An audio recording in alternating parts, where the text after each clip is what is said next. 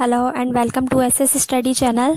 और आज मैं आपके लिए लेकर आई हूँ विज्ञान से संबंधित कुछ महत्वपूर्ण टॉपिक, जिसमें कि हम साइंस से रिलेटेड अलग अलग टर्म्स के बारे में पढ़ेंगे और उनको के बारे में जानेंगे।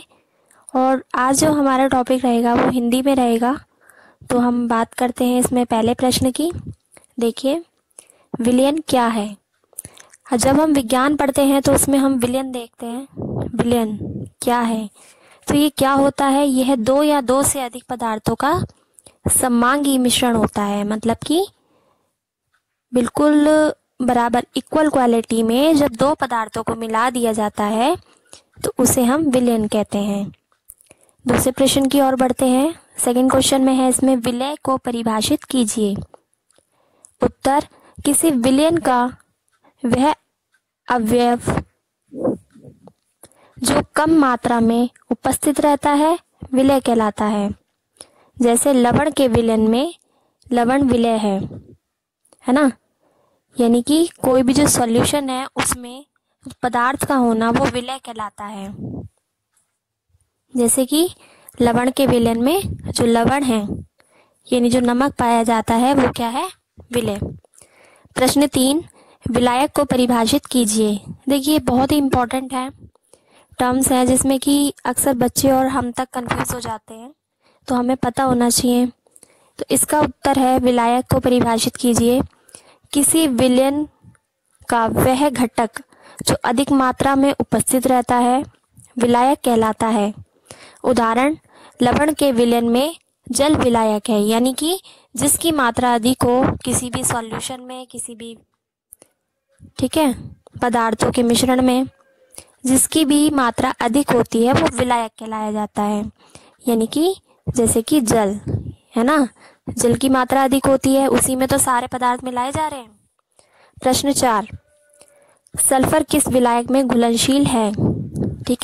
घुलनशील यानी कि वो घुल सकता है, सॉल्युबल है।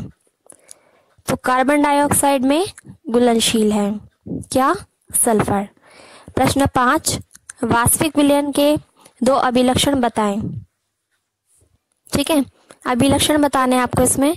तो जो वास्तविक विलयन होता है उसके दो अभिलक्षण क्या है? पहला, विलयन एक समांगी मिश्रण है। समांगी यानी समान रूप से मिलाया जाने वाला मिश्रण है।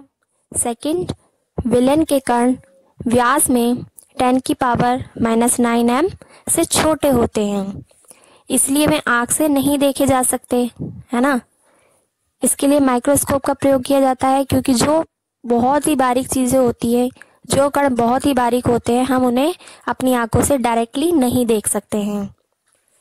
नेक्स्ट इसमें जो क्वेश्चन है वो है छठा, ठोस में ठोस विलयन क्या है?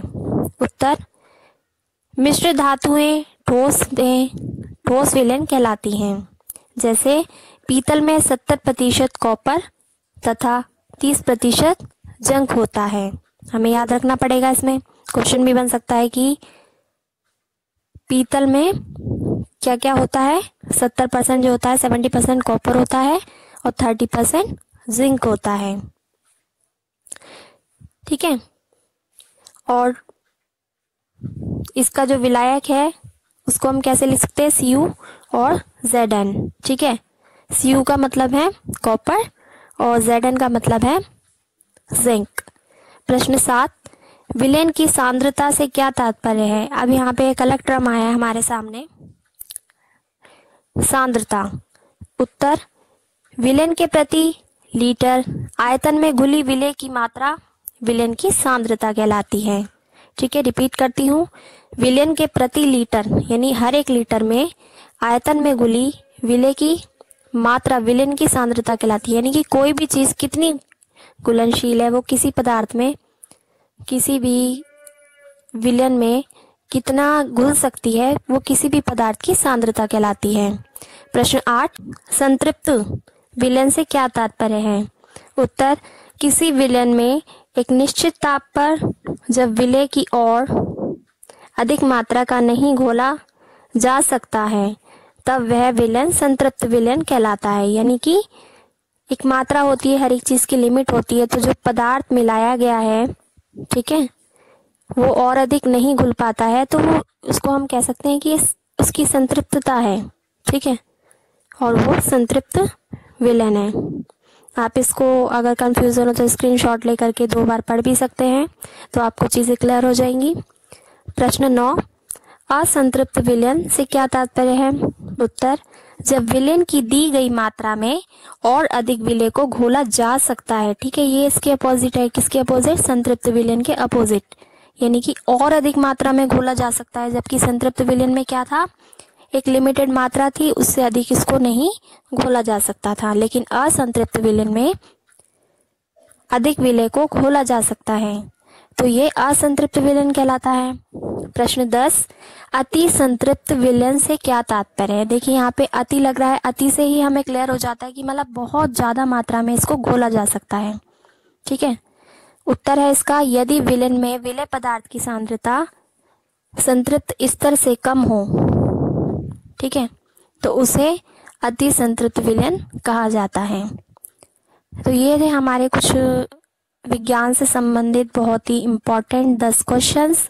आई होप आपको समझ आए होंगे। आप इसका स्क्रीनशॉट लेकर बार बार इन्हें पढ़ सकते हैं। आपको वीडियो पसंद आया हो तो लाइक कीजिए, शेयर कीजिए और चैनल को सब्सक्राइब करना मत भूलिए। Thank you so much for today.